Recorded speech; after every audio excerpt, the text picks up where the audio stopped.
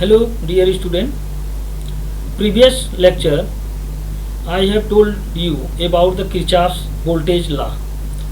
In this lecture we will discuss about the Kirchhoff's current law. What do you mean by the Kirchhoff's current law? कहाँ पे हम Kirchhoff's law लगाएंगे, current law क्यों आया? अब यदि मान लीजिए आपके पास पैरेलल कनेक्शन है और आपके पास 3 रेजिस्टेंस है, 3 resistance, you have a 3 resistor, you connect in the parallel. अब उसमें वोल्टेज सोर्स आपने अप्लाई कर दिया उस सर्किट में, R1 हो गया, R2 हो गया, एक पैरेलल हो गया आपका R3 R2 के पैरेलल सर्किट आपने लगा दिया। अब यहाँ पे आप देख सकते हैं कि वोल्टेज सोर्स से जो करंट निकला वो R1 के थ्रू R2 को भी जाएगा और R3 को भी आएगा, लेकिन R2 और R3 ये एक दूसरे के पैरेलल कॉम्बिनेशन में है, तो करंट यहाँ डिवीजन होगा, करंट डिवाइड होगा। जिस पॉइंट पे करंट डिवाइड होगा उस पॉइंट को नोड बोलते हैं, उस पॉइंट को नोड बोलते हैं। That means node is the point where current will pass to different branches. अब ब्रांचेस क्या है, हमने डिफरेंट ब्रांचेस कर दिया। ब्रांचेस मीन्स क्या, ये एलिमेंट को जोड़ने का जो काम करता है उसको ब्रांच कहते हैं, और 2 पॉइंट के बीच का जो कनेक्टिविटी होती है उसको भी ब्रांच बोलते हैं। अब मान लीजिए 2 पॉइंट आपकी रखा हुआ है और 2 पॉइंट के बीच में आपने रेजिस्टेंस लगा दिया, तो ये ब्रांच हो गया। लेकिन जो पॉइंट है, एक पॉइंट इधर एक पॉइंट इधर, ये नोड नहीं कहे जाएंगे। इस नोड, इस पॉइंट पे यदि मान लीजिए एक और ब्रांच ऐड हो गया, more than 2 branch, more than 2 branch, that point is called node. अब नोड हो गया, ब्रांच हो गया।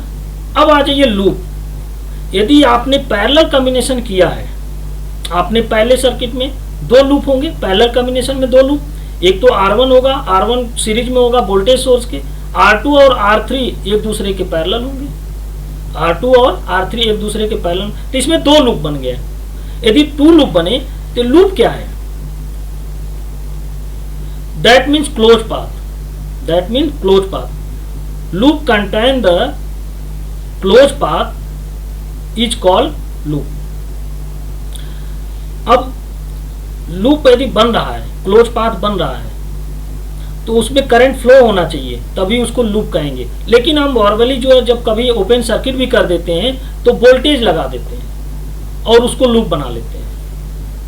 अब मेश आ रही है, मेश एक टर्म्स बोला जाता है। मेश क्या है, मतलब वो भी क्लोज पाथ है, लेकिन मेश के अंदर कोई दूसरा लूप नहीं हो सकता।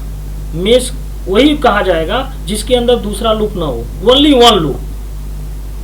But in loop many loop contain in the loop, मतलब एक लूप में कई लूप हो सकते हैं, लेकिन मेश में लूप नहीं हो सकते। तो हम इसको जब हम कोई सर्किट सॉल्व करते हैं तो उसमें देखते हैं कि भाई लूप एनालिसिस क्या है, मेश एनालिसिस क्या है, ये कैसे करते हैं। तो लूप बनाते हैं केवीएल लगाने के लिए, केवीएल लगाते हैं। KVL means Kirchhoff voltage law, ठीक है। इसका मतलब क्या, sum of the supply voltage minus sum of the utilise voltage is equal to 0। This is the Kirchhoff voltage law. ये जो है कि आपका लूप में लगाते हैं, अप्लाई करते हैं, किसके लिए? करंट निकालने के लिए। आपसे पूछ दे कि आपके पास सर्किट है, पैरेलल सर्किट है, वोल्टेज सोर्स लगा है, उस पैरेलल सर्किट में 3 रेजिस्टेंस है, तीनों रेजिस्टेंस के थ्रू कितना करंट जा रहा है, ये कैसे निकालेंगे, कितना करंट होगा? तो आप केवीएल लगा देंगे, केवीएल लगा देंगे। केवीएल मीन्स क्या, वोल्टेज, हर ब्रांच का, हर एलिमेंट का आप जो है वोल्टेज निकालोगे और वो केवीएल के थ्रू एक लूप बनाओगे। अब आता है कि आप केवीएल जब लगाते हो, किसी लूप में केवीएल लगाते हो तो कैसे लगाते हो, उसके क्या माध्यम है? तो सबसे पहले हमें ये चेक करना पड़ता है कि करंट का डायरेक्शन क्या है, करंट का डायरेक्शन कहाँ से कहाँ जाता है। तो high potential to low potential जब होगा, मतलब कि पॉजिटिव प्लेट से निगेटिव प्लेट की तरफ जब आएगा, तब हमारा करंट फ्लो करेगा। मतलब आप एक एग्जांपल ले लीजिए कि पानी है, फ्लोर पे रखा हुआ है टैंक, पानी ऊपर से नीचे आसानी से आ जाएगा, लेकिन नीचे से ऊपर ले जाने के लिए आपको पंप की जरूरत पड़ेगी। सिमिलर केस यहाँ है, करंट का जो फ्लो का डायरेक्शन होगा वो positive to negative, positive means higher potential, negative means low potential.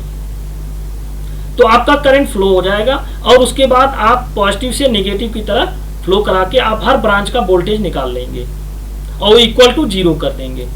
तो यहां से आपका करंट आ जाएगा। जैसे मान लीजिए R1 है, आपने लूप R3 है, तो आपने लूप बनाया, तो -V plus I R1 plus I R3 equal to 0, एक लूप में हो गया आपका। तो आपने V निकाल लिया, I निकाल लिया, I निकल के आया क्या, I equal to V upon R1 plus R2, या आपने पैरेलल पाथ में यदि R3 लगाया तो R3, एक लूप में हो गया आपका। अब इसके बाद यदि आप दूसरे लूप में भी लगाते हैं तो आप देखेंगे कि उसमें कितना करंट जा रहा है, तो भी करंट आप डिवाइड कर लेंगे। तो ये हो गया लूप एनालिसिस, मतलब कि हर ब्रांच का करंट निकालने के लिए आप जो है KVL लगा सकते हो। KCL लगाने के लिए आपको हर एक ऐसा पॉइंट लेना होगा जहां से करंट डिवाइड हो रहा है। एक जगह करंट एंटरिंग हो रहा, मतलब sum of the total entering current equal to sum of the outgoing current is equal to, this is called Kirchhoff's current law. तो आप उस पॉइंट पे लगाएंगे जहां नोड होगा, जिस पॉइंट पे लगाएंगे उसको नोड बोलेंगे, वहां का पोटेंशियल डिफरेंस निकाल लेंगे, फिर उसके बाद आप KCL लगा के आप करंट निकाल सकते हैं या वोल्टेज निकाल सकते हैं। अब हम डिस्कस करेंगे next topic, DC network theorem. तो अब नेक्स्ट लेक्चर हम लेंगे, अभी आपको बताएंगे नेक्स्ट लेक्चर में कि DC थ्योरम क्या है, DC नेटवर्क थ्योरम क्या है, DC नेटवर्क क्या है, ये DC नेटवर्क क्यों कहते हैं, ये हम डिस्कस करेंगे जो है नेक्स्ट लेक्चर में। Thank you.